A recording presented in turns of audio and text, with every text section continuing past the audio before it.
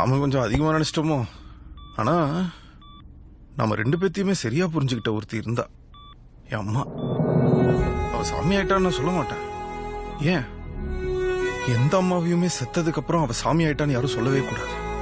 ஏன்னா அம்மாங்கிறவ வாழும்போதே சாமி தான். அவ போயிட்டா. ஆனா நீ எனக்கு வேணும்யா. ஒவ்வொரு மனுஷனுக்கும் உரிமையோட சண்டை போடுறதுக்கு ஒரு ஆளாச்சும் வேணும். அது கூட இல்ல, நான் வேஸ்டியா. நீயும் போயிட்டா நான் யாரு கூடயா போய் உரிமையா சண்டை போடுவேன்? இது வரைக்கும் ஒரே ஒரு வார்த்தை உங்ககிட்ட சொன்னா எனக்கு வேதனையா இருக்குன்னு சொன்னதே இல்லை. இப்ப சொல்லாம இருக்கிறது அதை விட வேதனையா இருக்கு.